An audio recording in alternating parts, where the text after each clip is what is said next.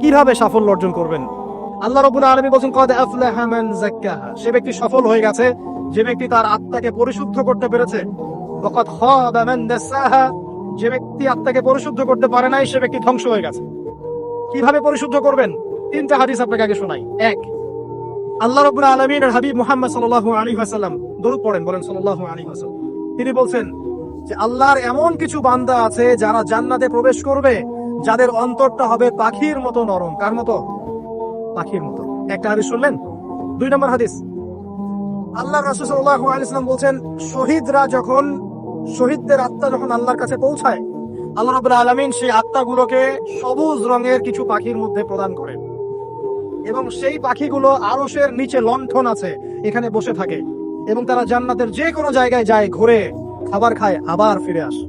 আল্লাহ পাক তাদেরকে বলেন যে তোমরা কি চাও, তোমরা কি চাও? শহীদরা কিচ্ছু বলতে পারে না। কি চাইবো? আল্লাহ এত নিয়ামত দিয়েছেন, কি চাইবো?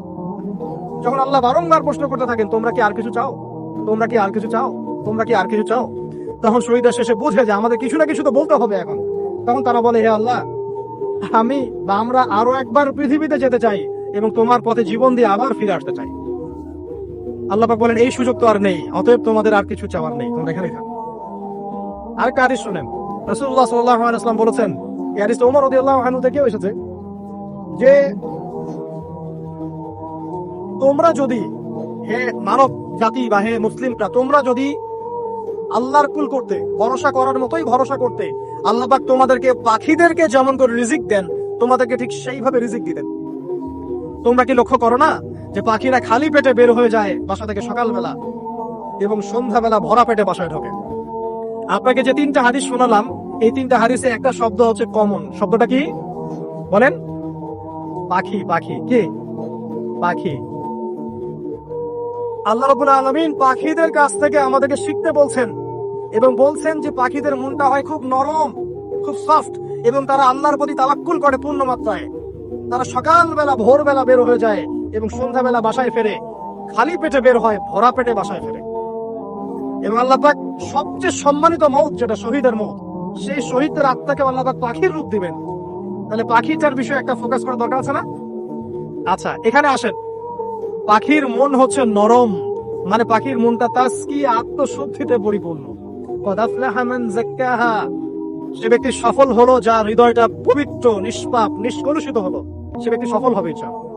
একটা কাজ এখানে খেয়াল করেন, পাখিরা সকালবেলা ভোরবেলা বের হয় আর সন্ধ্যাবেলা বাসায় ফেরে। এখনকার মুসলিমদেরকে দেখবেন দুপুরবেলা উঠে রাত 3টায় ঘুমায়। কথা কি বুঝেন নাই?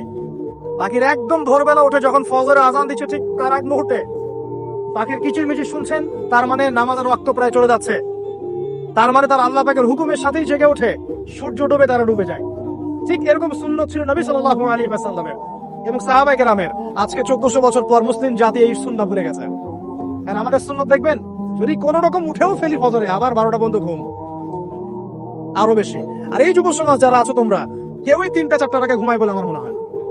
অলওয়েজ অনলাইনে পড়ে আছে, টিকটক নিয়ে, ফেসবুক নিয়ে, গার্লফ্রেন্ডের সাথে চ্যাটিং। পাখির মতো হতে পারলে পরে মনটা তো নরম হবে, তারপরে না তাসকিয়া অর্জন হবে। পাখির রুটিনটা কি?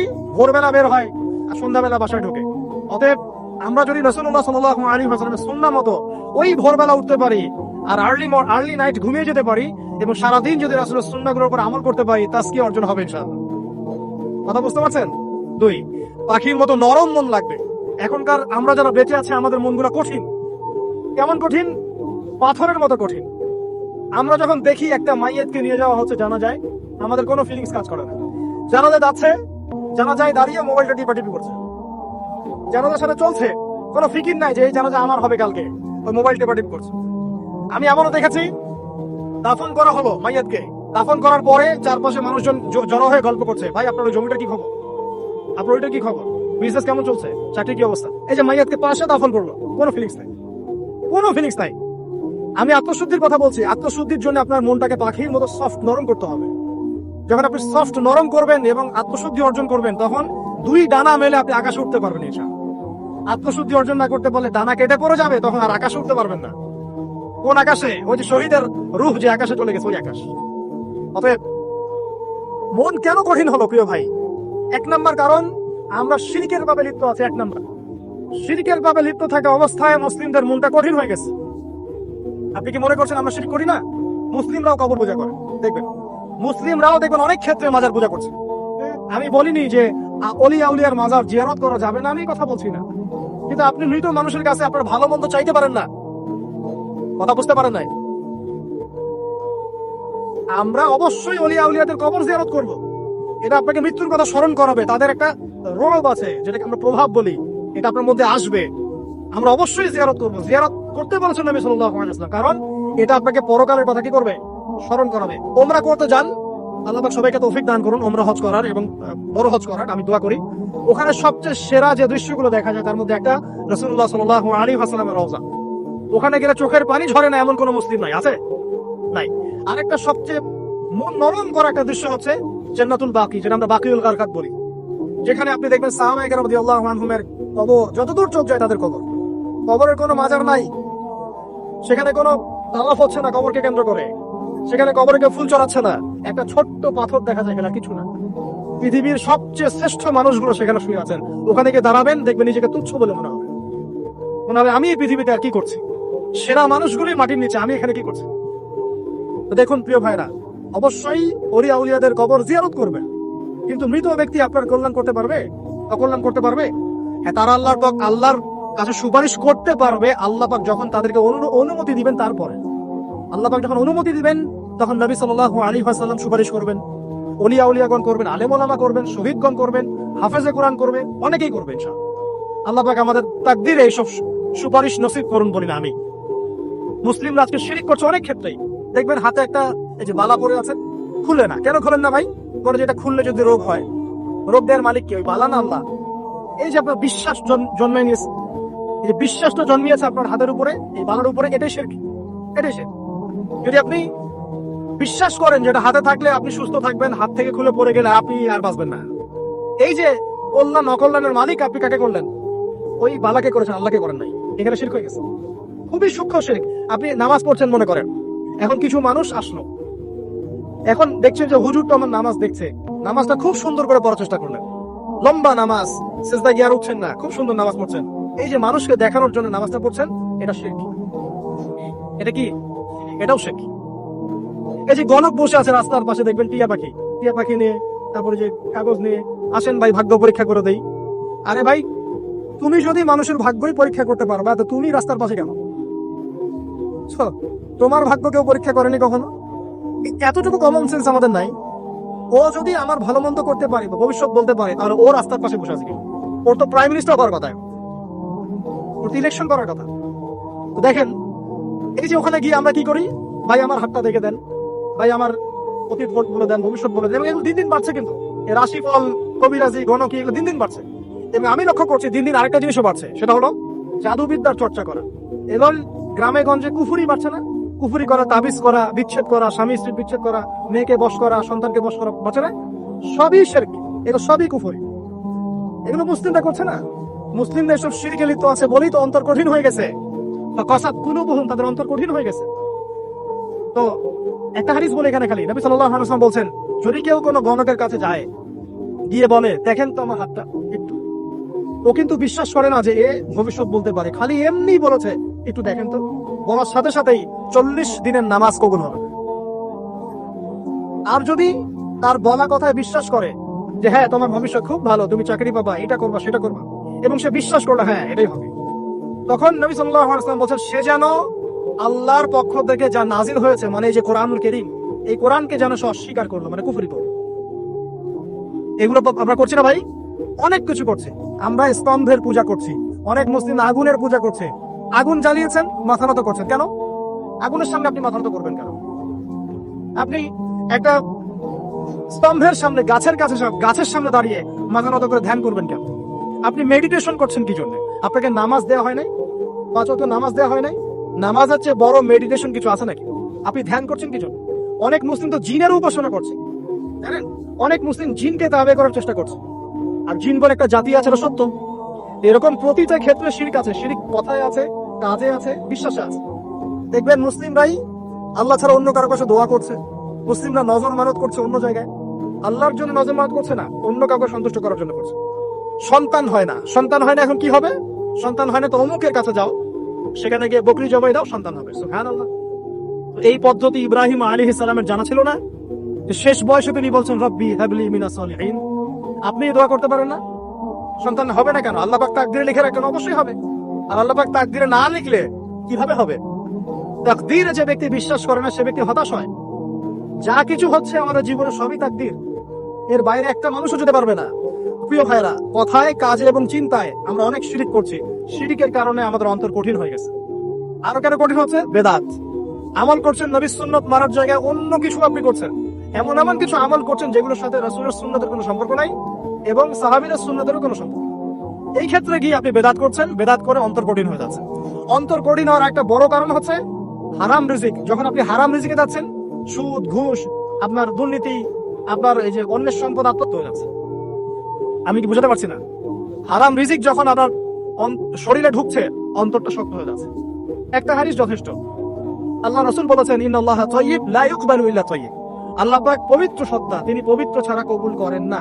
আপনি 10টা হজ করে আসেন, চুরির টাকা দিয়ে, ডাকাতির টাকা দিয়ে, আত্মসাতের টাকা দিয়ে, দুর্নীতির টাকা দিয়ে, যদি কবুল হয় তাহলে কোরআন সুন্নাহ মিথ্যা হয়ে যাবে। নাউযুবিল্লাহ। কথা কি বুঝতে পারছেন না? আল্লাহ রাব্বুল আলামিন বলছেন আল্লাহ পাক পবিত্র ছাড়া কবুল করেন না। হারাম রিজিক দিয়ে ইবাদত কবুল হয় না। আমরা ওই যে রংপুর অঞ্চলে একবার ওই যে হারাগাছ একটা অঞ্চল আছে না, সেখানে গিয়েছিলাম। সেখানে মাশাআল্লাহ আবার বিড়ির অনেক ফ্যাক্টরি আছে। কিসের? বিড়ি তো হালাল নাকি? তামাক তো হালাল নাকি? তো সেখানে বিড়ি ফ্যাক্টরির অনেক মালিক আছে এবং তারা মসজিদ কমিটির অনেক দায়িত্বপ্রাপ্ত আছে। মুসলিমদের গায়রত তো এখন নাই, মুসলিম এদেরকে এখন মসজিদ কমিটির সদস্য বানিয়েছে। তো এখন মসজিদ কমিটিতে এসে তার প্রভাবে আর ইমাম সাহেব টিকতে পারে না। দুইজন বলে নামাজের পর হাত তুলে দোয়া করতে হবে, দুইজন বলে করা যাবে না। ঠিক আছে? এই নিয়ে ক্যাচাল। এই ক্যাচাল হতে হতে দেখা গেল এক পর্যায়ে মারামারি পর্যন্ত হয়েছে। মসজিদ ভাগতে হয়েছে, মারামারিও হয়েছে। তো সেখানে আমাকে দাওয়াত করেছিল যে ওয়াজ করার জন্য, দোয়া করার কথা বলছে। তাই মনে হলো দোয়া করে লাভ কি? দোয়া করলেই বাকি, না করলেই বাকি, রিজিকটাই তো হারাম। আপনি তো তামাকের টাকা খাচ্ছেন, তামাক। আপনি মাদকের টাকা খাচ্ছেন, এটা হালাল না হারাম? তো হারাম টাকা দিয়ে হাত তুলে দোয়া করলেই কি, না করলেই কি? দোয়া তো উঠছে না উপরে। আগে হারাম রিজিক ছাড়েন, তারপর দোয়া করুন।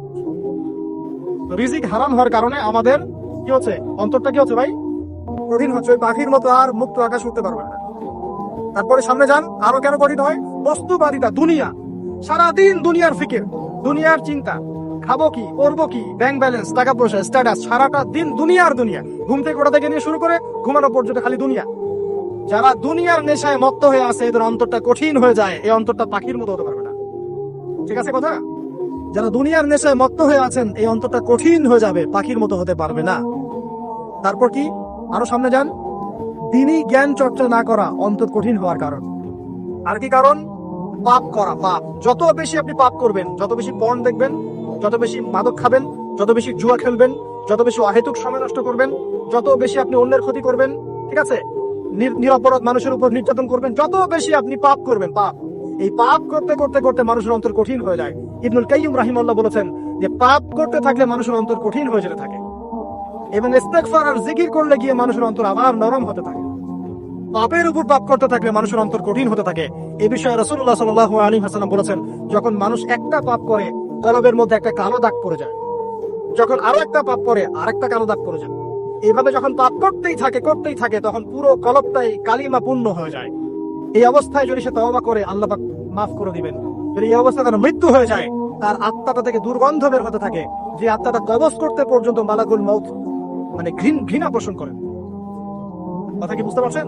যখন অন্তর পাপ করতে করতে কলুষিত হয়ে যাবে, যখন পাপ করতে করতে অন্তর কলুষিত হয়ে যাবে, তখন আপনার এই মালাকুল মউত পর্যন্ত ওই আত্মাটাকে বের করার সময় ঘৃণা করবে, দুর্গন্ধযুক্ত। আল্লাহ পাক আমাদেরকে পাপ থেকে বাঁচিয়ে রাখুন। আমি এরকম কিছু কাজ আছে, বস্তুবাদিতা, শিরক, বেদাত, হারাম রিজিক, সারাদিন দুনিয়ার ফিকির নিয়ে থাকা, ঠিক আছে, অন্যের ক্ষতি করা, পাপ কন্টিনিউয়াসলি করতে থাকা এবং দিন ছেড়ে দেওয়া, দিনের এলেন ছেড়ে দেওয়া, আল্লাহ পাকের আনুগত্য ছেড়ে দেওয়া। এই কাজগুলো করতে থাকলে মানুষের অন্তর কি হয়? কঠিন হয়ে যায়। এখন সলিউশন কি বলেন? 5 মিনিটে আমি সলিউশন বলছি, কেমন করে আপনি এটাকে নরম করবেন আর পরিশুদ্ধতা অর্জন করবেন এবং ওই পাখির মতো মুক্ত আকাশে উড়বেন। কিভাবে বলবো? 1 নাম্বার, অবশ্যই শিরক ত্যাগ করতে হবে। কি করতে হবে? শিরক ত্যাগ করতে হবে। আল্লাহ পাকের তাওহীদের উপর থাকতে হবে। আল্লাহ পাক তৌফিক দান করুন। লং কিছু বলার সময় নেই আমার হাতে। একটা বই বলছি, কিতাবুত তাওহীদ। কি নাম? কিতাবুত তাওহীদ। এই বইটা অনেক ভার্সন বাজারে বের হয়েছে। গিয়ে দেখবেন শিরক কত প্রকার ঠিকই, তাওহীদ কাকে বলে কত প্রকার ঠিকই। যেটা বুঝবেন না মাদ্রাসা চলে যাবেন, আল্লাহ আমার কাছে গিয়ে জিজ্ঞাসা করবেন হুজুর এটা বুঝলেন। ঠিক আছে, 1 নাম্বার শিরক ত্যাগ করতে হবে। 2 নাম্বার আপনাকে তাওহীদে থাকতে হবে, এটা এক, অন্তর নরম করার কথা বলছে। 2 নাম্বার সুন্নতের উপর আমল করতে হবে। ওই যে পাখির কথা বললাম, যে সকালবেলা বের হয় আর সন্ধ্যাবেলা কি করে, বাসায় ফেরে, খালি পেটে বের হয়, ভরা পেটে বাসায় ফেরে। তার মানে আমাদেরকেও সকাল সন্ধ্যাটা কাটাতে হবে নবী সাল্লাল্লাহু আলাইহি ওয়াসাল্লামের সুন্নত অনুযায়ী। যখন তিনি ঘুমাতেন তখন ঘুমাবেন, যখন উঠতেন তখন উঠবে, বাকি কাজ যেমন করে করতেন তেমন করে করবে, তখন অন্তর ইনশাআল্লাহ নরম হয়ে যাবে। ঠিক আছে ভাই। 2 3 নাম্বার 5 ওয়াক্ত নামাজ জামাতে। নামাজ আপনাকে যে কোনো পাপ থেকে বাঁচাবে ইনশাআল্লাহ। ভাই জিনা করছেন, নামাজ পড়েন, তওবা করে নামাজ পড়েন। আপনি হারাম অ্যাফেয়ার্স আছেন, হতাশ হন না, নামাজ পড়েন। গুনাহ ছাড়তে পারছেন না, নামাজ পড়েন। সুদ খাচ্ছেন, নামাজ পড়েন। আপনি পতিতালয়ে গিয়েছেন, নামাজ পড়েন। বেপরদা চলছেন, তাও নামাজ পড়েন। আপনি অন্যের হক নষ্ট করেছেন, তাও নামাজ পড়েন। যে পাপই করেছেন, নামাজটা পড়েন। নামাজ আপনাকে সমস্ত পাপ থেকে বাঁচিয়ে রাখবে ইনশাআল্লাহ। ইনশাআল্লাহ আস্তে আস্তে ইনশাআল্লাহ দেখবেন সব পাপ থেকে আপনি দূরে চলে আসছেন ইনশাআল্লাহ তাআলা। 3 নাম্বার নামাজ। 4 নাম্বার বেশি থেকে বেশি, আই শোনেন, বেশি থেকে বেশি পরকালের ফিকির করবেন। খালি পরকালের চিন্তা করবেন যে আমাকে মৃত্যুবরণ করতে হবে, কবরে যেতে হবে, পুলসিরাত পার হতে হবে, আল্লাহর সামনে দাঁড়াতে হবে। যত বেশি আপনি আল্লাহর ফিকির করবেন, পরকালের ফিকির করবেন, আপনার মনটা নরম হয়ে যাবে ইনশাআল্লাহ, মনটা শক্ত হবে না। 5 নাম্বার মানুষের সাথে খুব বেশি মেলামেশা করবেন। মানুষের সাথে খুব বেশি মেলামেশা করলে ইবনুল কাইয়িম রাহিমাহুল্লাহ বলেছেন অন্তর কঠিন হয়ে যাবে। কারণ মানুষ আপনাকে গীবত করাবে, হ্যাঁ, মানুষ খারাপ কাজে নিয়ে যাবে, বেফাস কথাবার্তা বলবেন, হয়তো বেফাস কাজ করবেন, ফুজুল কি বাদ করবেন। এগুলো করতে গিয়ে আপনি দেখবেন অন্তর কঠিন হয়ে গেছে। এত বেশি মানুষের সাথে মেলামেশার দরকার নাই, প্রয়োজন যতটুকু ততটুকু করবেন। ঠিক আছে, আল্লাহ পাক তৌফিক দান করুন, আমিন। কয়টা বললাম? 5 6। আমার সবচেয়ে প্রিয় নসিহত, প্রত্যেক দিন মিনিমাম 1 ঘন্টা করে কোরআন তেলাওয়াত করবেন বুঝে। আমি বলিনি না বুঝে করলে কোনো নেকি হবে না, প্রত্যেক হরফে 10 নেকি হবেই হবে, কিন্তু আপনি করবেন বুঝে ইনশাআল্লাহ। যখন বুঝে আপনি প্রত্যেকদিন 1 পারা করে বা 1 ঘন্টা করে কোরআন তেলাওয়াত করবেন, আপনার কলিজা, আপনার কলব নরম হতে বাধ্য, এবং আপনার অন্তরে আল্লাহ নূর নেমে আসবে ইনশাআল্লাহ। দেখবেন আপনার কলব থেকে সমস্ত এই যে পঙ্কিলতা, কলুষতা ইনশাআল্লাহ চলে যাবে ইনশাআল্লাহ তাআলা। 2টো জিনিস অন্তরকে পবিত্র করে ফেলে, এক হচ্ছে কোরআন তেলাওয়াত, আর এক হচ্ছে বেশি থেকে বেশি আল্লাহর জিকির এবং ইস্তেগফার। তো কোরআন তেলাওয়াত বাড়িয়ে দেন, আল্লাহ পাক সবাইকে কোরআন তেলাওয়াত করার তৌফিক দান করুন, আমিন। যারা শেখেন নাই আজকে ওয়াদা করেন যে কোরআন আপনারা বিশুদ্ধ করে পড়া শিখবেন, ওয়াদা করেন। আগামী রমজান আসার আগেই 1 খতম দেওয়া চাই, পারবেন? এবং কোরআনের চর্চা বাড়িয়ে দিবেন, প্রত্যেক দিন কিছু করেন না করেন কোরআন তেলাওয়াত করতে হবে। ঠিক আছে, আল্লাহ পাক তৌফিক এনায়েত করুন, আমিন। আর বুঝে পড়ার চেষ্টা করবেন। একটা সহজ তাফসীর বলে দেই, মারিফুল কোরআন বাসায় আছে না? মারিফুল কোরআন তাফসীর ইবনে কাসির বাসায় নাই? জালালাইন বাসায় নাই? বাসায় নাই, কিনেন। সারাদিন তো অনেক টাকা পয়সা খরচ করছেন, 3টা তাফসীর কিনেন, জালালাইন কিনেন, মারিফুল কোরআন কিনেন, ইবনে কাসির কিনেন, বাসায় গিয়ে পড়াশোনা করেন। পারবেন না? যে একটা বুঝবেন না, ওলামা কেরামের কাছে যাবেন, গিয়ে বলবেন হুজুর এটা বুঝি না, বুঝাই দেন। নিজে যে ব্যাখ্যা করতে যাবেন না, ব্যাখ্যা করলে দেখবেন এক যে পণ্ডিত বেরোছে, কিছু পণ্ডিত কোরআন পড়ে বলে কোরআনই মানি হাদিস মানি না, এরকম পণ্ডিত দেখেন না? কোরআনই মানি হাদিস আর মানি না, কারণ আল্লাহ নাকি নাউজুবিল্লাহ কোরআনে নাকি আল্লাহ পাক হাদিস মানতে বলে নাই, ও নাকি পায় নাই। এই জন্য দেখলাম সুবহানাল্লাহ নামাজ পড়তেছে, কোরআন থেকে নামাজ পড়তেছে, হাদিসের কোনো হেদায়েত নিবে না। আর কিরকম যে হাত আবার ঠিকই বাঁধতেছে, হাত বাঁধতেছে, রুকু করতেছে, সিজদা করতেছে, এগুলো আবার কোথায় পাইলো আল্লাহ ভালো জানে। হাত এভাবে বাঁধতেছে, এভাবে হাতটা বাঁধা কোরআনে কোথায় আছে আমি পাইলাম না কোথাও। ঠিক আছে, হাদিস ছাড়া কি এগুলো আসবে? হাত বাঁধলো, সিজদায় গিয়ে সুবহান রাব্বিয়াল আলা বলছে না, বলছে আসলামতু লিরাব্বিল আলামিন, এটা কোরআন থেকে বলছে। অথচ নবী সাল্লাল্লাহু আলাইহি ওয়াসাল্লাম হাদিস থেকে বলছেন সুবহান রাব্বিয়াল আলা, সুবহুন কুদ্দুসুন রব্বুল মালাইকাতি ওয়ার রূহ, সুবহানাকাল্লাহুম্মা রাব্বানা ওয়া বিহামদিকা আল্লাহুম্মা ইগফির। এগুলো নাই, ও বলছে আসলামতু লিরাব্বিল আলামিন, মানে কোরআন মানে হাদিস মানি না। এত বেশি পণ্ডিত হওয়ার দরকার নাই, এরা চিচড়া পাকা টাইপের পণ্ডিত। ওমর রাদিয়াল্লাহু আনহুর যুগে বেঁচে থাকলে এটাকে পিটাই সোজা করে ফেলাইতো। ইসলামই শুরু করছে, কোরআন মানি হাদিস মানি না। আল্লাহ পাক কোরআনে বলছেন ওয়া মা আতাকুমুর রাসূলু ফাখুযু, রাসূল যা দিয়েছেন তা গ্রহণ করো, ওয়া মা নাহাকুম আনহু ফান্তাহু, রাসূল যা নিষেধ করছেন দূরে থাকো। রাসূল যা দেন সেটা হাদিস না, রাসূল যা দেন সেটা সুন্নাহ না। সুন্নাহ তো সে মানেই না, আলটিমেটলি সে কোরআনই মানে না। আসল কথা হচ্ছে এইসব ফিতনা থেকে বেঁচে থাকবেন, কোরআন তেলাওয়াত বাড়িয়ে দেন। কয়টা বলছি? 5টা 6টা। 7 নাম্বার বেশি থেকে বেশি ইস্তেগফার, সারাদিন পড়বেন আস্তাগফিরুল্লাহ ওয়া আতুবু ইলাইহি, আস্তাগফিরুল্লাহ ওয়া আতুবু ইলাইহি, আস্তাগফিরুল্লাহাল্লাযী লা ইলাহা ইল্লা হুয়াল হাইয়ুল কাইয়্যুম ওয়া আতুবু ইলাইহি। প্রত্যেকদিন পড়তে হবে 100 বার করে। কতবার করে? 100 বার। 8 নাম্বার বেশি বেশি আল্লাহর জিকির, চলতে ফিরতে জিকির, সুবহানাল্লাহ, আলহামদুলিল্লাহ, লা ইলাহা ইল্লাল্লাহ, আল্লাহু আকবার, লা হাওলা ওয়ালা কুওয়াতা ইল্লা বিল্লাহ, বলবেন হাসবুনাল্লাহু ওয়া নি'মাল ওয়াকিল। ঠিক আছে, সুবহানাকা আল্লাহুম্মা রাব্বানা ওয়া বিহামদিকা আল্লাহুম্মা ইগফিরলি, সুবহানাল্লাহি ওয়া বিহামদি আদাদা খালকি ওয়া রিদা নাফসি ওয়া জিনাতা আরশি ওয়া বিদাদা কালিমাতি। যত জিকির আছে সব করবেন, জিকির বাড়াবেন। যত জিকির বাড়াবেন অন্তর পরিশুদ্ধ হবে ইনশাআল্লাহু আযজা ওয়া জাল। কয়টা বলছে? 8। আর দুটো বলি 9। অন্যের হক নষ্ট করবেন না। অন্যের হক নষ্ট করলেই মন কঠিন হয়ে যাবে। অন্যের হক নষ্ট করবেন না, বরং মানবতার কল্যাণে কাজ করেন। যে কাজগুলো মানব সেবামূলক সেগুলো করেন। রক্তদান কর্মসূচি করেন, গাছ লাগান, এতিমের মাথায় হাত বোলান, বিধবার খোঁজ খবর নেন। ঠিক আছে, মেয়েদের সেলাই মেশিন কিনে দেন, মানুষের উপকারে কাজ করেন। দেখবেন আপনার মনটা নরম হয়ে যাবে ইনশাআল্লাহ। যার মন নরম এবং যার মনের মধ্যে সততা আছে, আল্লাহ পাক ইনশাআল্লাহ সেখানে অবশ্যই হেদায়েত ঢালবে ইনশাআল্লাহ। আর 10 নম্বর সবচেয়ে শেষ হচ্ছে যে কবর জিয়ারত করবেন বেশি বেশি করে, এবং নিজের মৌতের কথা স্মরণ করে আল্লাহর কাছে বেশি বেশি দোয়া করবেন। কি দোয়া করবেন? ইয়া মুকাল্লিবাল কুলুব সাব্বিত কলবি আলা দীনিক, ইয়া মুসাররিফাল কুলুব সাররিফ কুলুবানা আলা তাআতিক। এই দোয়াগুলো করবেন ইনশাআল্লাহ। এবং কবর জিয়ারত করবেন সপ্তাহে সপ্তাহে, পারলে 2 দিন 3 দিন পর পর কবরস্থানে যাবেন। ইনশাআল্লাহ দেখবেন আপনার মন নরম হবে ইনশাআল্লাহ আযজা ওয়া জাল। এখনকার সভ্যতা এসে কবরস্থানকে সমাজ থেকে দূরে সরিয়ে দিয়েছে, অথচ আগে মুসলিমদের কবরস্থান ছিল মসজিদের পাশে। 5 ওয়াক্ত নামাজ পড়তো, কবর জিয়ারত করে বাসায় যেত। 5 ওয়াক্ত নামাজ পড়তে আসতো, কবরকে দেখতো, পরকালে করা স্মরণ হতো। এখন কবরস্থান ওই যে দূরে, সারা জীবনে একবার যায় কিনা সন্দেহ আছে।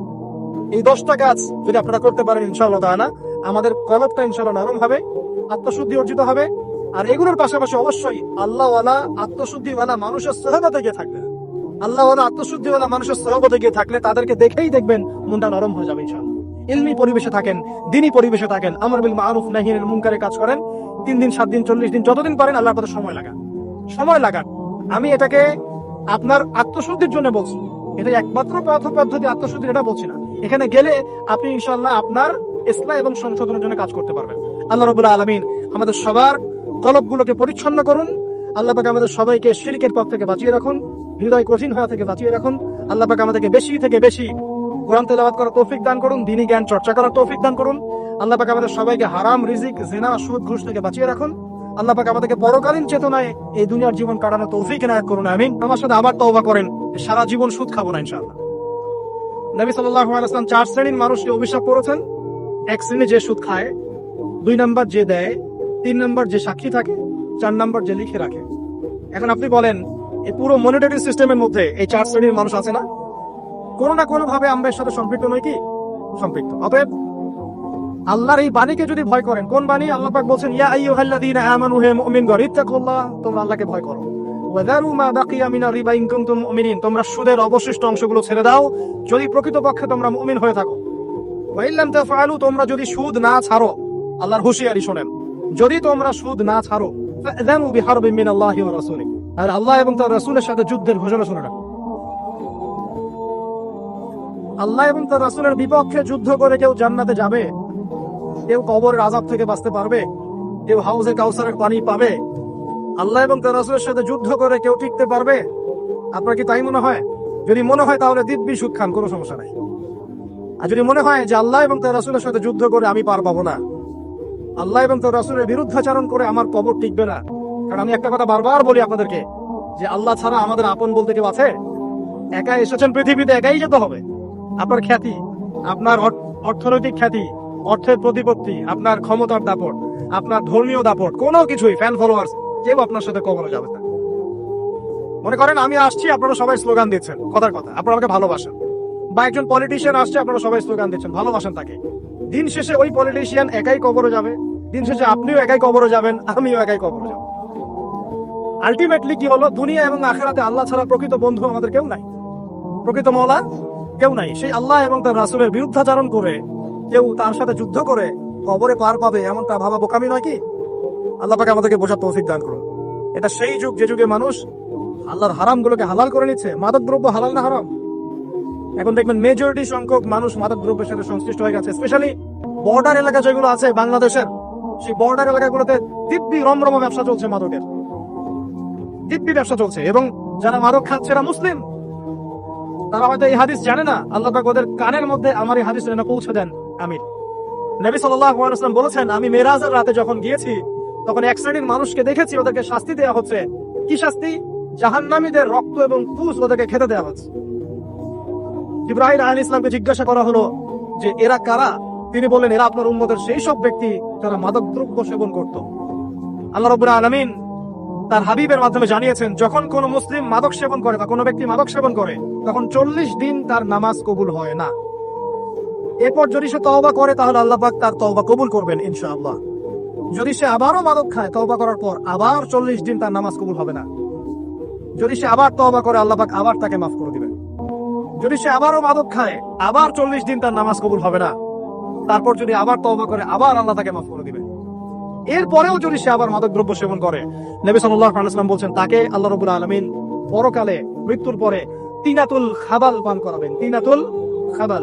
জিজ্ঞাসা করা হল ইয়া রাসূলুল্লাহ তিনাতুল খাবাল কি জিনিস? নবী সাল্লাল্লাহু আলাইহি ওয়াসাল্লাম উত্তর দিচ্ছেন এটা হচ্ছে জাহান্নামীদের রক্ত মাংস এগুলো পুড়ে পচে যে রসটা বের হবে এটা হচ্ছে তিনাতুল খাবাল।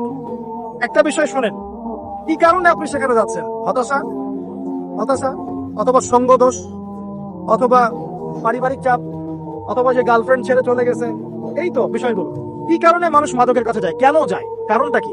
আমরা যখন ফিলোসফি পড়তাম তখন একটা তত্ত্ব পড়ানো হয়েছে আমাদেরকে।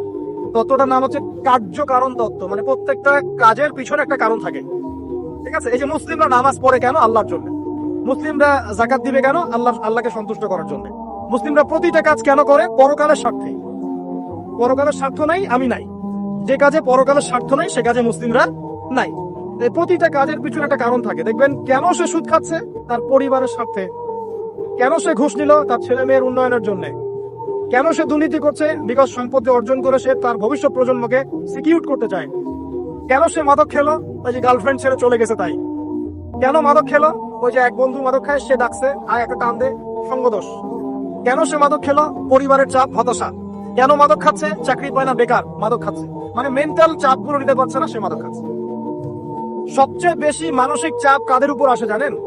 1 নম্বর নবীগণের উপরে, 2 নম্বর সৎ আল্লাহর সৎ বান্দাদের উপরে, তারপর যার ঈমান যত উঁচু তার উপর মানসিক চাপ তত বেশি আসে। এখন যদি মানসিক চাপের সলিউশন মাদকই হবে তাহলে তো আমাদেরই মাদক খাওয়া দরকার ছিল। নাউজুবিল্লাহ। আমরা যে পরিমাণ মানসিক চাপ ফেস করি তা চিন্তাই করতে পারবেন না। যে যত বড় দায়িত্বশীল যারা পলিটিশিয়ান ওদেরকে জিজ্ঞাসা করবে তারা কি পরিমাণ মানসিক চাপ নিয়ে করে। আপনার কাছে মনে হচ্ছে যে একটা ক্ষমতা পেয়েছেন, খুব মানে উনি অনেক বড় ক্ষমতাধর, উনি অনেক ভালো আছেন, উনি মোটেই ভালো নাই। ওনাকে জিজ্ঞাসা করেন, উনি মোটেই ভালো নাই।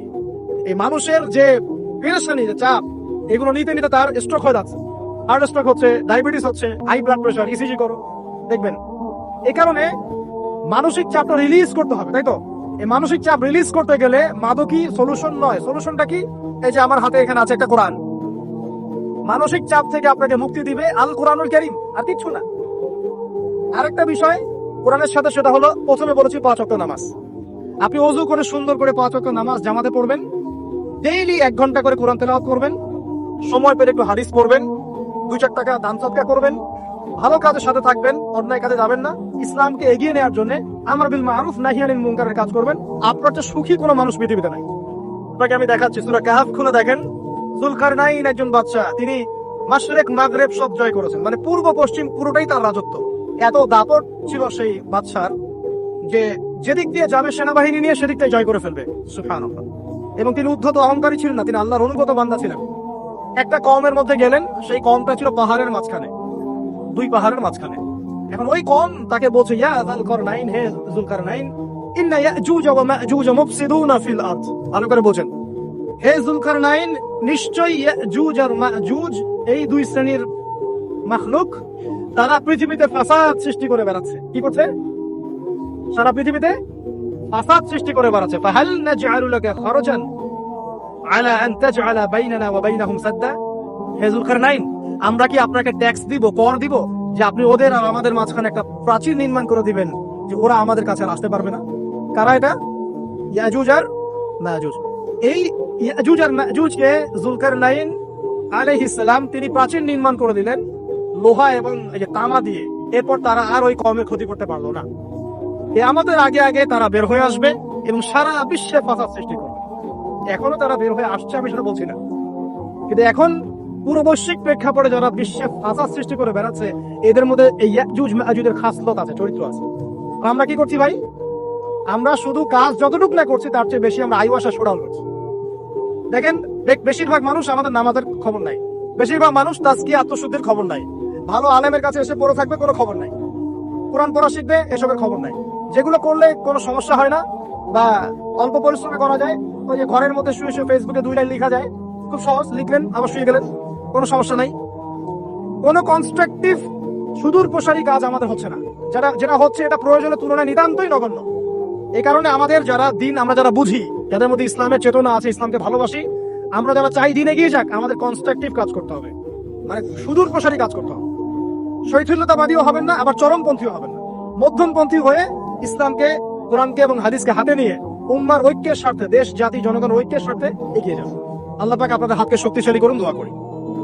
এখানে খুব স্মার্ট হতে হবে এবং বেসিক কাজগুলো খুব বেশি করে করতে হবে। বেসিক কাজ কি ভাই? বেসিক কাজ হচ্ছে আপনার নামাজ, বেসিক কাজ আপনাকে কোরআন শিখতে হবে, বেসিক কাজ আপনাকে আরবি শিখতে হবে, বেসিক কাজ আপনি যেখানে পড়াশোনা করছেন এই পড়াশোনা করে ওই জ্ঞানটাকে দিয়ে ইসলামের খেদমতে আপনাকে কল্যাণে কাজ করতে হবে। বেসিক কাজ যেখানে আপনাকে আল্লাহ পাক দায়িত্ব দিবেন সেখান থেকেই আপনাকে দিনের খেদমত করতে হবে। ডক্টর হন, দিনের খেদমত করেন, ইঞ্জিনিয়ার হন, দিনের খেদমত করেন, পলিটিশিয়ান হন, কোনো আপত্তি নাই, আমরা আপনাকে ভোট দিব ইনশাআল্লাহ, আমরা আপনাকেই ভোট দিব ইনশাআল্লাহ। আপনি ওখানে গিয়ে দিনের খেদমত করেন, আল্লাহ পাক তৌফিক দান। কথা কি বুঝতে পারছেন? ইসলাম ক্ষমতা জোর করে আদায় করে নেওয়ার জন্য আসে নাই। আবু যার রাদিয়াল্লাহু আনহু কি বলছেন জানেন?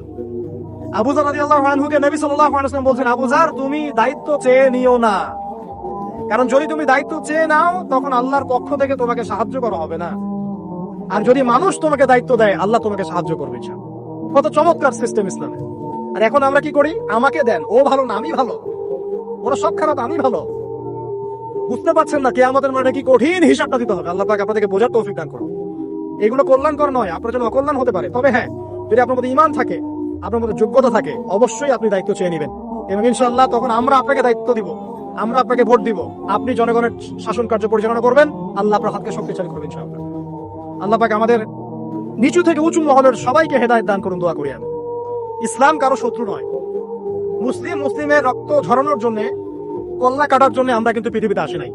আমরা আমাদের আসল শত্রুদেরকে চিনতে ভুল করেছি, এই কারণে আমরা আপোষে হানাহানি কাটাকাটির মধ্যে লিপ্ত আছি। এই যে সামনে যে কি হবে আল্লাহ ভালো জানেন। দেখবেন কত মানুষ যে মুসলিম মারামারি করে মারা যাবে, আল্লাহ ভালো জানেন।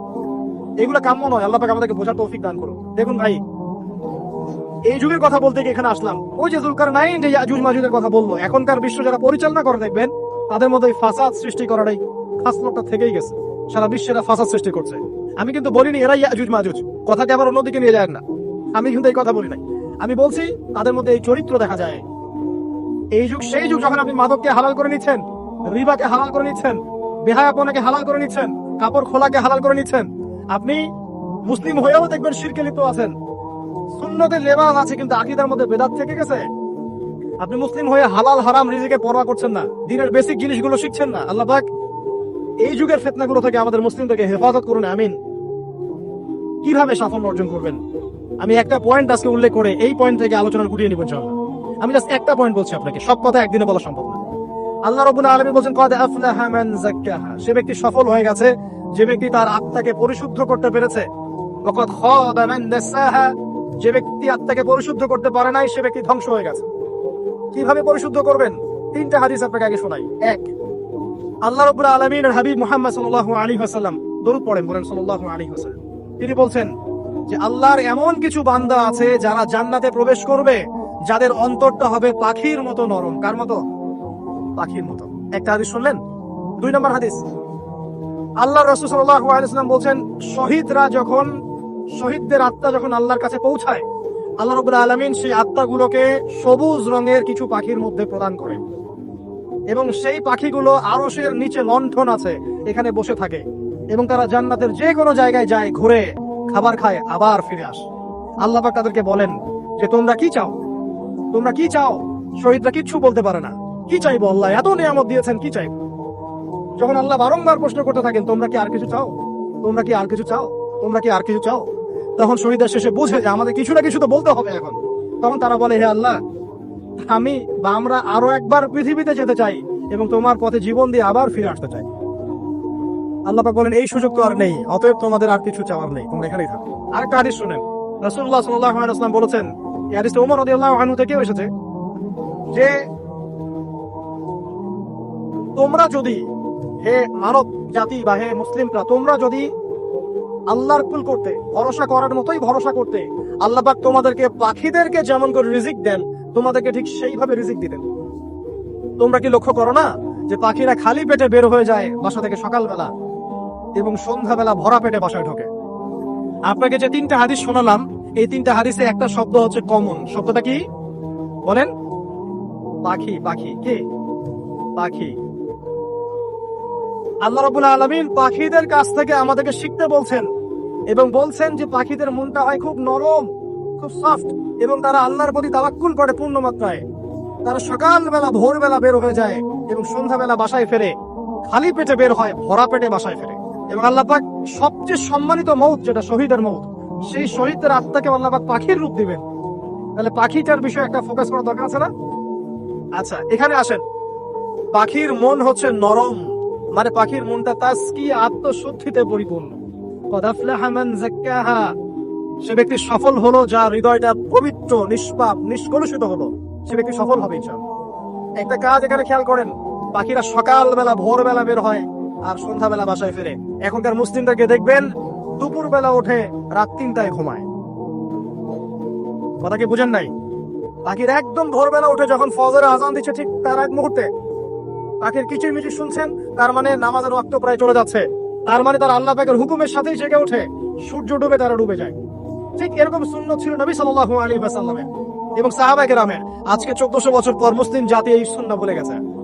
আর আমাদের সুন্নাত দেখবেন, যদি কোন রকম উঠেও ফেলি ফজরে, আবার 12টা পর্যন্ত ঘুম, আরো বেশি। আর এই যুব সমাজ যারা আছো তোমরা, কেউই 3টা-4টার আগে ঘুমায় বলে আমার মনে হয় না। অলওয়েজ অনলাইনে পড়ে আছে, টিকটক নিয়ে, ফেসবুক নিয়ে, গার্লফ্রেন্ডের সাথে চ্যাটিং। পাখির মতো হতে পারলে পরে মনটা তো নরম হবে, তারপরে না তাস্কি অর্জন হবে। পাখির রুটিনটা কি? ভোরবেলা বের হয় আর সন্ধ্যাবেলা বাসায় ঢোকে। অতএব আমরা যদি রাসূলুল্লাহ সাল্লাল্লাহু আলাইহি ওয়াসাল্লামের সুন্নাহ মতো ওই ভোরবেলা উঠতে পারি আর আর্লি নাইট ঘুমিয়ে যেতে পারি এবং সারাদিন যদি রাসূলের সুন্নাহগুলোর উপর আমল করতে পারি, তাস্কি অর্জন হবে ইনশাআল্লাহ। কথা বুঝতে পারছেন? 2, পাখির মতো নরম মন লাগবে। এখনকার আমরা যারা বেঁচে আছি, আমাদের মনগুলো কঠিন। কেমন কঠিন? পাথরের মতো কঠিন। আমরা যখন দেখি একটা মাইয়াতকে নিয়ে যাওয়া হচ্ছে জানাজায়, আমাদের কোনো ফিলিংস কাজ করে না। জানাজা যাচ্ছে, জানাজায় দাঁড়িয়ে মোবাইলটা টিপাটিপি করছে। জানাজার সাথে চলছে, কোনো ফিকির নাই যে এই জানাজা আমার হবে কালকে, ওই মোবাইল টিপাটিপি করছে। আমি এমনও দেখেছি, দাফন করা হলো মাইয়াতকে, দাফন করার পরে চারপাশে মানুষজন জড়ো হয়ে গল্প করছে, ভাই আপনার ওই জমিটার কি খবর, আপনার ওইটার কি খবর, বিজনেস কেমন চলছে, চাকরির কি অবস্থা। এই যে মাইয়াতকে পাশে দাফন করলো, কোনো ফিলিংস নাই, কোনো ফিলিংস নাই। আমি আত্মশুদ্ধির কথা বলছি। আত্মশুদ্ধির জন্য আপনার মনটাকে পাখির মতো সফট, নরম করতে হবে। যখন আপনি সফট, নরম করবেন এবং আত্মশুদ্ধি অর্জন করবেন, তখন 2 ডানা মেলে আপনি আকাশে উঠতে পারবেন ইনশাআল্লাহ। আত্মশুদ্ধি অর্জন না করতে পারলে ডানা কেটে পড়ে যাবে, তখন আর আকাশে উঠতে পারবেন না। কোন আকাশে? ওই যে শহীদের রূহ যে আকাশে চলে গেছে, ওই আকাশ। অতএব মন কেন কঠিন হলো প্রিয় ভাই? 1 নাম্বার কারণ, আমরা শিরকের ভাবে লিপ্ত আছি। 1 নাম্বার, শিরকের ভাবে লিপ্ত থাকা অবস্থায় মুসলিমদের মনটা কঠিন হয়ে গেছে। আপনি কি মনে করছেন আমরা শিরক করি না? মুসলিমরাও কবর পূজা করে, দেখবেন। মুসলিমরাও দেখবেন অনেক ক্ষেত্রে মাজার পূজা করছে। আমি বলিনি যে অলিয়া উলিয়ার মাজার জিয়ারত করা যাবে না, আমি কথা বলছি না। কিন্তু আপনি মৃত মানুষের কাছে আপনার ভালো মন্দ চাইতে পারেন না। কথা বুঝতে পারেন না? আমরা অবশ্যই অলিয়া উলিয়াদের কবর জিয়ারত করব। এটা আপনাকে মৃত্যুর কথা স্মরণ করাবে। তাদের একটা রব আছে, যেটাকে আমরা প্রভাব বলি, এটা আপনার মধ্যে আসবে। আমরা অবশ্যই জিয়ারত করব। জিয়ারত করতে বলেছেন নবী সাল্লাল্লাহু আলাইহি ওয়াসাল্লাম, কারণ এটা আপনাকে পরকালের কথা কি করবে? স্মরণ করাবে। উমরা করতে যান, আল্লাহ পাক সবাইকে তৌফিক দান করুন উমরা হজ করার এবং বড় হজ করার, আমি দোয়া করি। ওখানে সবচেয়ে সেরা যে দৃশ্যগুলো দেখা যায় তার মধ্যে একটা রাসূলুল্লাহ সাল্লাল্লাহু আলাইহি ওয়াসাল্লামের রওজা। ওখানে গেলে চোখের পানি ঝরে না এমন কোন মুসলিম নাই, আছে? নাই। আরেকটা সবচেয়ে মন নরম করা একটা দৃশ্য হচ্ছে জান্নাতুল বাকি, যেটা আমরা বাকিউল গারকাত বলি, যেখানে আপনি দেখবেন সাহাবায়ে কেরাম রাদিয়াল্লাহু আনহুমের কবর, যতদূর চোখ যায় তাদের কবর। কবরের কোনো মাজার নাই, সেখানে কোনো তাওয়াফ হচ্ছে না কবরকে কেন্দ্র করে, সেখানে কবরে কেউ ফুল চড়াচ্ছে না, একটা ছোট্ট পাথর দেখা যায়, আর কিছু না। পৃথিবীর সবচেয়ে শ্রেষ্ঠ মানুষগুলো সেখানে শুয়ে আছেন। ওখানে গিয়ে দাঁড়াবেন, দেখবেন নিজেকে তুচ্ছ বলে মনে হবে। মনে হবে আমি এই পৃথিবীতে আর কি করছি, সেরা মানুষগুলি মাটির নিচে, আমি এখানে কি করছি। তো দেখুন প্রিয় ভাইরা, অবশ্যই ওলিয়া উলিয়াদের কবর জিয়ারত করবেন, কিন্তু মৃত ব্যক্তি আপনার কল্যাণ করতে পারবে? অকল্যাণ করতে পারবে? তারা আল্লাহর কাছে সুপারিশ করতে পারবে আল্লাহ পাক যখন তাদেরকে অনুমতি দিবেন। তারপরে আল্লাহ পাক যখন অনুমতি দিবেন, তখন নবী সাল্লাল্লাহু আলাইহি ওয়াসাল্লাম সুপারিশ করবেন, ওলিয়া উলিয়াগণ করবেন, আলেম ওলামা করবেন, শহীদগণ করবেন, হাফেজে কোরআন করবে, অনেকেই করবেন। আল্লাহ পাক আমাদের তাকদীর এইসব সুপারিশ নসিব করুন বলি না আমি। মুসলিমরা আজকে শিরক করছে অনেক ক্ষেত্রেই। দেখবেন হাতে এই যে বালা পড়ে আছে, খুলে না। কেন খুলেন না ভাই? বলে যে এটা খুললে যদি রোগ হয়, রোগ দেওয়ার মালিক কে? ওই বালা না আল্লাহ? এই যে আপনার বিশ্বাস জন্মে নিয়েছে, এই যে বিশ্বাসটা জন্মিয়েছে আপনার হাতের উপরে, এই বালার উপরে, এটাই শিরক, এটাই শিরক। যদি আপনি বিশ্বাস করেন যেটা হাতে থাকলে আপনি সুস্থ থাকবেন, হাত থেকে খুলে পড়ে গেলে আপনি আর বাঁচবেন না, এই যে কল্যাণ অকল্যাণের মালিক আপনি কাকে করলেন? ওই বালাকে করেছেন, আল্লাহকে করেন নাই। এখানে শিরক হয়ে গেছে, খুবই সূক্ষ্ম শিরক। আপনি নামাজ পড়ছেন মনে করেন, এখন কিছু মানুষ আসলো, এখন দেখছেন যে হুজুর তো আমার নামাজ দেখছে, নামাজটা খুব সুন্দর করে পড়ার চেষ্টা করলেন, লম্বা নামাজ, সেজদা গিয়ে আর উঠছেন না, খুব সুন্দর নামাজ পড়ছেন। এই যে মানুষকে দেখানোর জন্য নামাজটা পড়ছেন, এটা শিরক। এটা কি? এটাও শিরক। এই যে গণক বসে আছে রাস্তার পাশে, দেখবেন টিয়া পাখি নিয়ে, তারপরে যে কাগজ নিয়ে আসেন, ভাই ভাগ্য পরীক্ষা করে দেই। আরে ভাই, তুমি যদি মানুষের ভাগ্যই পরীক্ষা করতে পারবা, তো তুমি রাস্তার পাশে কেন? তোমার ভাগ্য কেউ পরীক্ষা করেনি কখনো? এতটুকু কমন সেন্স আমাদের নাই? ও যদি আমার ভালো মন্দ করতে পারে, ভবিষ্যৎ বলতে পারে, তাহলে ও রাস্তার পাশে বসে আছে কিনা? ওর তো প্রাইম মিনিস্টার হওয়ার কথা, ওর তো ইলেকশন করার কথা। তো দেখেন, এই যে ওখানে গিয়ে আমরা কি করি, ভাই আমার হাতটা দেখে দেন, ভাই আমার অতীত বলে দেন, ভবিষ্যৎ বলে দেন, এবং এগুলো দিন দিন বাড়ছে। কিন্তু এই রাশিফল, কবিরাজি, গণকি, এগুলো দিন দিন বাড়ছে। এবং আমি লক্ষ্য করছি দিন দিন আরেকটা জিনিসও বাড়ছে, সেটা হলো জাদুবিদ্যার চর্চা করা। এবং গ্রামে গঞ্জে কুফুরি বাড়ছে না? কুফুরি করা, তাবিজ করা, বিচ্ছেদ করা, স্বামী স্ত্রীর বিচ্ছেদ করা, মেয়েকে বশ করা, সন্তানকে বশ করা বাড়ছে না? সবই শিরক, এগুলো সবই কুফুরি। এগুলো মুসলিমরা করছে না? মুসলিমরা এসব শিরকে লিপ্ত আছে বলেই তো অন্তর কঠিন হয়ে গেছে, তাদের অন্তর কঠিন হয়ে গেছে। তো একটা হাদিস বলে এখানে খালি, নবী সাল্লাল্লাহু আলাইহি ওয়াসাল্লাম বলছেন, যদি কেউ কোনো গণকের কাছে যায়, গিয়ে বলে দেখেন তো আমার হাতটা একটু, ও কিন্তু বিশ্বাস করে না যে এ ভবিষ্যৎ বলতে পারে, খালি এমনি বলেছে একটু দেখেন তো, বলার সাথে সাথেই 40 দিনের নামাজ কবুল হবে। আর যদি তার বলা কথায় বিশ্বাস করে যে হ্যাঁ তোমার ভবিষ্যৎ খুব ভালো, তুমি চাকরি পাবা, এটা করবা সেটা করবা, এবং সে বিশ্বাস করলো হ্যাঁ এটাই হবে, তখন নবী সাল্লাল্লাহু আলাইহি ওয়াসাল্লাম বলেন সে যেন আল্লাহর পক্ষ থেকে যা নাজিল হয়েছে, মানে যে কোরআনুল কারীম, এই কোরআনকে যেন সে অস্বীকার করলো, মানে কুফরি করলো। এগুলো আমরা করছি না ভাই? অনেক কিছু করছি আমরা। স্তম্ভের পূজা করছি, অনেক মুসলিম আগুনের পূজা করছে। আগুন জ্বালিয়েছেন, মাথা নত করছেন কেন? আগুনের সামনে আপনি মাথা নত করবেন কেন? আপনি একটা স্তম্ভের সামনে, গাছের সামনে দাঁড়িয়ে মাথা নত করে ধ্যান করবেন কেন? আপনি মেডিটেশন করছেন কি জন্য? আপনাকে নামাজ দেওয়া হয় নাই? 5 ওয়াক্ত নামাজ দেওয়া হয় নাই? নামাজ হচ্ছে বড় মেডিটেশন কিছু আছে নাকি? আপনি ধ্যান করছেন কি জন্য? অনেক মুসলিম তো জিনের উপাসনা করছে, জানেন? অনেক মুসলিম জিনকে দাবি করার চেষ্টা করছে। আর জিন বলে একটা জাতি আছে, এটা সত্য। এরকম প্রতিটা ক্ষেত্রে শিরক আছে। শিরক কথায় আছে, কাজে আছে, বিশ্বাসে আছে। দেখবেন মুসলিমরাই আল্লাহ ছাড়া অন্য কারো কাছে দোয়া করছে, মুসলিমরা নজর মানত করছে অন্য জায়গায়, আল্লাহর জন্য নজর মানত করছে না, অন্য কাউকে সন্তুষ্ট করার জন্য করছে। সন্তান হয় না, এখন কি হবে? সন্তান হয় না তো অমুকের কাছে যাও, সেখানে গিয়ে বকরি জবাই দাও, সন্তান হবে। সুবহানাল্লাহ। এই পদ্ধতি ইব্রাহিম আলাইহিস সালামের জানা ছিল না? শেষ বয়সে তিনি বলছেন রব্বি হাবলি মিনাস সালিহিন। আপনি দোয়া করতে পারেন না? সন্তান হবে না কেন? আল্লাহ পাক তাকদীরে লিখে রাখলেন, অবশ্যই হবে। আর আল্লাহ পাক তাকদীরে না লিখলে কিভাবে হবে? তাকদীরে যে ব্যক্তি বিশ্বাস করে না, সে ব্যক্তি হতাশ হয়। যা কিছু হচ্ছে আমাদের জীবনে সবই তাকদীর, এর বাইরে একটা মানুষও যেতে পারবে না। প্রিয় ভাইরা, কথায়, কাজে এবং চিন্তায় আমরা অনেক শিরিক করছি। শিরিকের কারণে আমাদের অন্তর কঠিন হয়ে গেছে। আরো কেন কঠিন হচ্ছে? বেদাত আমল করছেন, নবীর সুন্নত মানার জায়গায় অন্য কিছু আপনি করছেন। এমন এমন কিছু আমল করছেন যেগুলোর সাথে রাসূলের সুন্নতের কোনো সম্পর্ক নাই এবং সাহাবীদের সুন্নতেরও কোনো সম্পর্ক নেই। এই ক্ষেত্রে গিয়ে আপনি বেদাত করছেন, বেদাত করে অন্তর কঠিন হয়ে যাচ্ছে। অন্তর কঠিন হওয়ার একটা বড় কারণ হচ্ছে হারাম রিজিক। যখন আপনি হারাম রিজিকে যাচ্ছেন, সুদ, ঘুষ, আপনার দুর্নীতি, আপনার এই যে অন্যের সম্পদ আত্মহত্যা হয়ে যাচ্ছে। আমি কি বুঝতে পারছি না? হারাম রিজিক যখন আপনার শরীরে ঢুকছে, অন্তরটা শক্ত হয়ে যাচ্ছে। একটা হাদিস যথেষ্ট। আল্লাহ রাসূল বলেছেন ইন্নাল্লাহা তাইয়্যিব লা ইয়াকবালু ইল্লা তাইয়্যিব। আল্লাহ পাক পবিত্র সত্তা, তিনি পবিত্র ছাড়া কবুল করেন না। আপনি 10টা হজ করে আসেন, চুরির টাকা দিয়ে, ডাকাতির টাকা দিয়ে, আত্মসাতের টাকা দিয়ে, দুর্নীতির টাকা দিয়ে, যদি কবুল হয় তাহলে কোরআন সুন্নাহ মিথ্যা হয়ে যাবে। নাউযুবিল্লাহ। কথা কি বুঝতে পারছেন না? আল্লাহ রাব্বুল আলামিন বলছেন আল্লাহ পাক পবিত্র ছাড়া কবুল করেন না। হারাম রিজিক দিয়ে ইবাদত কবুল হয় না। আমরা ওই যে রংপুর অঞ্চলে একবার ওই যে হারাগাছ একটা অঞ্চল আছে না, সেখানে গিয়েছিলাম। সেখানে মাশাআল্লাহ আবার বিড়ির অনেক ফ্যাক্টরি আছে। কিসের? বিড়ি তো হালাল নাকি? তামাক তো হালাল নাকি? তো সেখানে বিড়ি ফ্যাক্টরির অনেক মালিক আছে এবং তারা মসজিদ কমিটির অনেক দায়িত্বপ্রাপ্ত আছে। মুসলিমদের গায়রত্ব এখন নাই, মুসলিমরা এদেরকে আবার মসজিদ কমিটির সদস্য বানিয়েছে। তো এখন মসজিদ কমিটিতে এসে তার প্রভাবে ইমাম সাহেব টিকতে পারে না। দুইজন বলে নামাজের পর হাত তুলে দোয়া করতে হবে, দুইজন বলে করা যাবে না। ঠিক আছে? এই নিয়ে এই ক্যাচাল হতে হতে দেখা গেল এক পর্যায়ে মারামারি পর্যন্ত হয়েছে। মসজিদ ভাগতো হয়েছে, মারামারিও হয়েছে।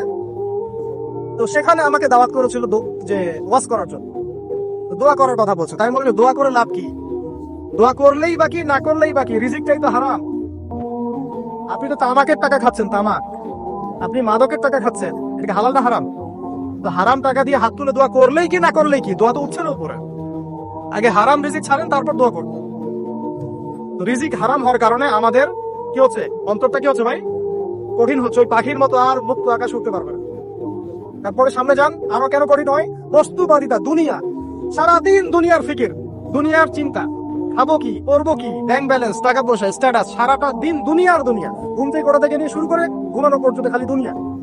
যারা দুনিয়ার নেশায় মত্ত হয়ে আছে, এদের অন্তরটা কঠিন হয়ে যায়। এই অন্তরটা পাখির মতো হতে পারবে না। ঠিক আছে কথা? যারা দুনিয়ার নেশায় মত্ত হয়ে আছেন, এই অন্তরটা কঠিন হয়ে যাবে, পাখির মতো হতে পারবে না। তারপর কি? আরো সামনে যান, দিনই জ্ঞান চর্চা না করা অন্তর কঠিন হওয়ার কারণ। আর কি কারণ? পাপ করা, পাপ। যত বেশি আপনি পাপ করবেন, যত বেশি পর্ন দেখবেন, যত বেশি মাদক খাবেন, যত বেশি জুয়া খেলবেন, যত বেশি অহেতুক সময় নষ্ট করবেন, যত বেশি আপনি অন্যের ক্ষতি করবেন, ঠিক আছে, নিরপরাধ মানুষের উপর নির্যাতন করবেন, যত বেশি আপনি পাপ করবেন, পাপ, এই পাপ করতে করতে করতে মানুষের অন্তর কঠিন হয়ে যায়। ইবনুল কাইয়্যিম রাহিমাহুল্লাহ বলেছেন যে পাপ করতে থাকলে মানুষের অন্তর কঠিন হয়ে যেতে থাকে, এবং ইস্তেগফার আর জিকির করলে গিয়ে মানুষের অন্তর আবার নরম হতে থাকে। পাপের উপর পাপ করতে থাকলে মানুষের অন্তর কঠিন হতে থাকে। এ বিষয়ে রাসূলুল্লাহ সাল্লাল্লাহু আলাইহি ওয়াসাল্লাম বলেছেন, যখন মানুষ একটা পাপ করে, কলবের মধ্যে একটা কালো দাগ পড়ে যায়। যখন আরো একটা পাপ করে, আরেকটা কালো দাগ পড়ে যায়। এভাবে যখন পাপ করতেই থাকে, তখন পুরো কলবটাই কালিমা পূর্ণ হয়ে যায়।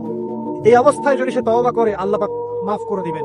যদি এই অবস্থায় তার মৃত্যু হয়ে যায়, তার আত্মাটা থেকে দুর্গন্ধ বের হতে থাকে, যে আত্মাটা কবজ করতে পর্যন্ত মালাকুল মউত মানে ঘৃণা পোষণ করে। কথা কি বুঝতে পারছেন?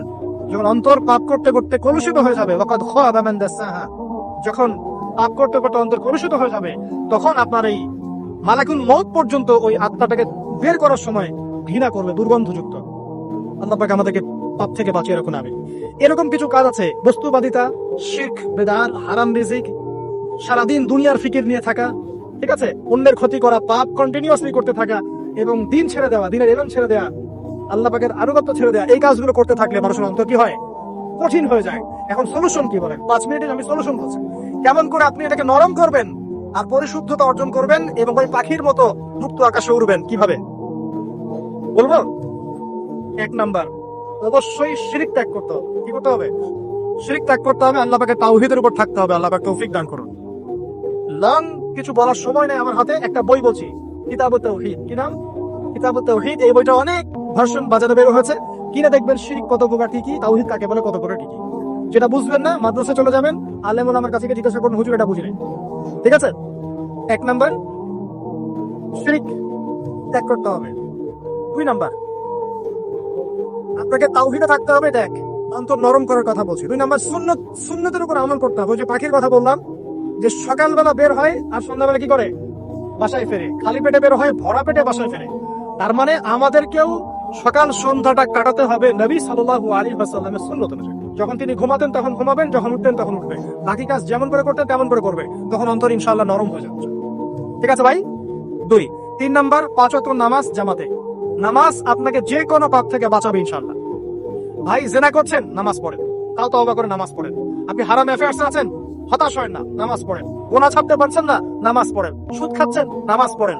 আপনি পতিতালয়ে গিয়েছেন, নামাজ পড়েন। বেপরদা চলছেন, তাও নামাজ পড়েন। আপনি অন্যের হক নষ্ট করেছেন, তাও নামাজ পড়েন। যে পাপই করেছেন, নামাজটা পড়েন। নামাজ আপনাকে সমস্ত পাপ থেকে বাঁচিয়ে রাখবে ইনশাআল্লাহ। ইনশাআল্লাহ আস্তে আস্তে ইনশাআল্লাহ দেখবেন সব পাপ থেকে আপনি দূরে চলে আসছেন ইনশাআল্লাহ তাআলা। 3 নাম্বার নামাজ। 4 নাম্বার, বেশি থেকে বেশি, ভাই শোনেন, বেশি থেকে বেশি পরকালের ফিকির করবেন। খালি পরকালের চিন্তা করবেন যে আমাকে মৃত্যুবরণ করতে হবে, কবরে যেতে হবে, পুলসিরাত পার হতে হবে, আল্লাহর সামনে দাঁড়াতে হবে। যত বেশি আপনি আল্লাহর ফিকির করবেন, পরকালের ফিকির করবেন, আপনার মনটা নরম হয়ে যাবে ইনশাআল্লাহ, মনটা শক্ত হবে না। 5 নাম্বার, মানুষের সাথে খুব বেশি মেলামেশা করবেন। মানুষের সাথে খুব বেশি মেলামেশা করলে ইবনুল কাইয়্যিম রাহিমাহুল্লাহ বলেছেন অন্তর কঠিন হয়ে যাবে। কারণ মানুষ আপনাকে গীবত করাবে, হ্যাঁ, মানুষ খারাপ কাজে নিয়ে যাবে, বেফাস কথাবার্তা বলবেন, হয়তো বেফাস কাজ করবেন, ফুজুল কি বাদ করবেন। এগুলো করতে গিয়ে আপনি দেখবেন অন্তর কঠিন হয়ে গেছে। এত বেশি মানুষের সাথে মেলামেশার দরকার নাই, প্রয়োজন যতটুকু অতটুকু করবেন। ঠিক আছে? আল্লাহ পাক তৌফিক দান করুন, আমিন। কয়টা বললাম? 5, 6। আমার সবচেয়ে প্রিয় নসিহত, প্রত্যেক দিন মিনিমাম 1 ঘন্টা করে কোরআন তেলাওয়াত করবেন বুঝে। আমি বলিনি না বুঝে করলে কোনো নেকি হবে না, প্রত্যেক ঘরে 10 নেকি হবেই হবে, কিন্তু আপনি করবেন বুঝে ইনশাআল্লাহ। যখন বুঝে আপনি প্রত্যেকদিন 1 পারা করে বা 1 ঘন্টা করে কোরআন তেলাওয়াত করবেন, আপনার কলিজা আপনার কলব নরম হতে বাধ্য এবং আপনার অন্তরে আল্লাহ নূর নেমে আসবে ইনশাআল্লাহ। দেখবেন আপনার কলব থেকে সমস্ত এই যে পঙ্কিলতা, কলুষতা ইনশাআল্লাহ চলে যাবে ইনশাআল্লাহ তাআলা। দুটো জিনিস অন্তরকে পবিত্র করে ফেলে, এক হচ্ছে কোরআন তেলাওয়াত, আর এক হচ্ছে বেশি থেকে বেশি আল্লাহর জিকির এবং ইস্তেগফার। তো কোরআন তেলাওয়াত বাড়িয়ে দেন, আল্লাহ পাক সবাইকে কোরআন তেলাওয়াত করার তৌফিক দান করুন, আমিন। যারা শেখেন নাই আজকে ওয়াদা করেন এই কোরআন আপনারা বিশুদ্ধ করে পড়া শিখবেন, ওয়াদা করেন। আগামী রমজান আসার আগেই 1 খতম দেওয়া চাই, পারবেন? এবং কোরআনের চর্চা বাড়িয়ে দিবেন, প্রত্যেক দিন কিছু করেন না করেন কোরআন তেলাওয়াত করতে হবে, ঠিক আছে? আল্লাহ পাক তৌফিক এনায়েত করুন, আমিন। আর বুঝে পড়ার চেষ্টা করবেন। একটা সহজ তাফসীর বলে দেই, মারিফুল কোরআন বাসা আছে না? মারিফুল কোরআন তাফসীর ইবনে কাসির বাসায় নাই, জালালাইন বাসায় নাই, বাসায় নাই কিনেন। সারাদিন তো অনেক টাকা পয়সা খরচ করছেন, 3টা তাফসীর কিনেন, জালালাইন কিনেন, মারিফুল কোরআন কিনেন, ইবনে কাসির কিনেন, বাসায় গিয়ে পড়াশোনা করেন। পারবেন না? যে একটা বুঝবেন না, ওলামা কেরামের কাছে যাবেন, গিয়ে বলবেন হুজুর এটা বুঝি নাই, বুঝাই দেন। নিজে যে ব্যাখ্যা করতে যাবেন না, ব্যাখ্যা করলে দেখবেন এক যে পণ্ডিত বেরোছে, কিছু পণ্ডিত কোরআন পরে বলে কোরআনই মানি হাদিস মানি না, এরকম পণ্ডিত দেখেন না? কোরআনই মানি হাদিস আর মানি না, কারণ আল্লাহ নাকি নাউজুবিল্লাহ কোরআনে নাকি আল্লাহ পাক হাদিস মানতে বলে নাই, ও নাকি পায় না। এই জন্য দেখলাম সুবহানাল্লাহ নামাজ পড়তেছে, কোরআন থেকে নামাজ পড়তেছে, হাদিসের কোনো হেদায়েত নিবে না। মানে কিরকম যে হাত আবার ঠিকই বাঁধতেছে, হাত বাঁধতেছে, রুকু করতেছে, সিজদা করতেছে, এগুলো আবার কোথায় পাইলো আল্লাহ ভালো জানে। হাত এভাবে বাঁধতেছে, এভাবে হাতটা বাঁধা কোরআনে কোথায় আছে আমি পাইলাম একটা, ঠিক আছে? হাদিস ছাড়া কি এগুলো আসবে? হাত বাঁধ, সিজদায় গিয়ে সুবহান রাব্বিয়াল আ'লা বলছে না, বলছে আসলামতু লিরাব্বিল আলামিন, এটা কোরআন থেকে বলছে। অথচ নবী সাল্লাল্লাহু আলাইহি ওয়াসাল্লাম হাদিস থেকে বলছেন সুবহান রাব্বিয়াল আ'লা, সুবহুন কুদ্দুসুন রাব্বুল মালাইকাতি ওয়ার রূহ, সুবহানাকাল্লাহুম্মা রাব্বানা ওয়া বিহামদিকা আল্লাহুম্মা ইগফির। এগুলো নাই, ও বলছে আসলামতু লিরাব্বিল আলামিন, মানে কোরআন মানি হাদিস মানি না। এত বেশি পণ্ডিত হওয়ার দরকার নাই, এরা হচ্ছে ইচরা পাকা টাইপের পণ্ডিত। ওমর রাদিয়াল্লাহু আনহুর যুগে বেঁচে থাকলে এদেরকে পিটাই সুদা করে ফেলাইতাম। ফাইজলামি শুরু করছে, কোরআন মানি হাদিস মানি না। আল্লাহ পাক কোরআনে বলছে ওয়া মা আতাকুমুর রাসূলু ফাখাযু, রাসূল যা দিয়েছেন তা গ্রহণ করো, ওয়া মা নাহাকুম আনহু ফান্তাহু, রাসূল যা নিষেধ করছেন দূরে থাকো। রাসূল যা দেন সেটা হাদিস না, রাসূল যা দেন সেটা সুন্নাহ না, সুন্নাহ তো সে মানেই না, আলটিমেটলি সে কোরআনই মানে না। তো আসল কথা হচ্ছে এইসব ফিতনা থেকে বেঁচে থাকবেন, কোরআন তেলাওয়াত বাড়িয়ে দেন। কয়টা বলছি? 5টা, 6টা। 7 নাম্বার, বেশি থেকে বেশি ইস্তেগফার সারাদিন পড়বেন, আস্তাগফিরুল্লাহ ওয়া আতুবু ইলাইহি, আস্তাগফিরুল্লাহ ওয়া আতুবু ইলাইহি, আস্তাগফিরুল্লাহাল্লাযী লা ইলাহা ইল্লা হুয়াল হাইয়ুল কাইয়্যুম ওয়া আতুবু ইলাইহি। প্রত্যেকদিন পড়তে হবে 100 বার করে। কতবার করে? 100 বার। 8 নাম্বার, বেশি বেশি আল্লাহর জিকির, চলতে ফিরতে জিকির, সুবহানাল্লাহ, আলহামদুলিল্লাহ, লা ইলাহা ইল্লাল্লাহ, আল্লাহু আকবার, লা হাওলা ওয়ালা কুওয়াতা ইল্লা বিল্লাহ। বলবেন হাসবুনাল্লাহু ওয়া নি'মাল ওয়াকিল, ঠিক আছে? সুবহানাকাল্লাহুম্মা রাব্বানা ওয়া বিহামদিকা আল্লাহুম্মা ইগফিরলি, সুবহানাল্লাহি ওয়া বিহামদি, আদাদা খালকি ওয়া রিদা নাফসি ওয়া জিনাতা আরশি ওয়া বিদায়াতা কালিমাতি। যত জিকির আছে সব করবেন, জিকির বাড়াবেন। যত জিকির বাড়াবেন অন্তর পরিশুদ্ধ হবে ইনশাআল্লাহ আযজা ওয়া জাল। কয়টা বলছে? 8। আর 2টা বলি 9। অন্যের হক নষ্ট করবেন না। অন্যের হক নষ্ট করলেই মন কঠিন হয়ে যাবে। অন্যের হক নষ্ট করবেন না, বরং মানবতার কল্যাণে কাজ করেন। যে কাজগুলো মানব সেবামূলক সেগুলো করেন। রক্তদান কর্মসূচি করেন, গাছ লাগান, এতিমের মাথায় হাত বোলান, বিধবার খোঁজ খবর নেন, ঠিক আছে? মেয়েদের সেলাই মেশিন কিনে দেন, মানুষের উপকারে কাজ করেন, দেখবেন আপনার মনটা নরম হয়ে যাবে ইনশাআল্লাহ। যার মন নরম এবং যার মনের মধ্যে সততা আছে, আল্লাহ পাক ইনশাআল্লাহ সেখানে অবশ্যই হেদায়েত থাকবে ইনশাআল্লাহ। আর 10 নম্বর সবচেয়ে শেষ হচ্ছে যে কবর জিয়ারত করবেন বেশি বেশি করে, এবং নিজের মৌতের কথা স্মরণ করে আল্লাহর কাছে বেশি বেশি দোয়া করবেন। কি দোয়া করবেন?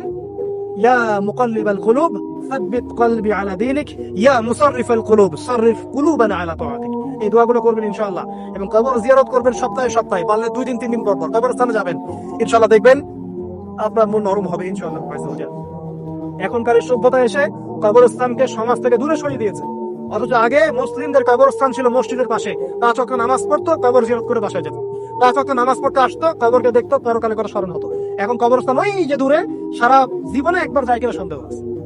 এই 10টা কাজ যদি আপনারা করতে পারেন ইনশাআল্লাহ তাআলা, আমাদের কলবটা ইনশাআল্লাহ নরম হবে, আত্মশুদ্ধি অর্জিত হবে। আর এগুলোর পাশাপাশি অবশ্যই আল্লাহওয়ালা, আত্মশুদ্ধিওয়ালা মানুষের সহবতে গিয়ে থাকবে।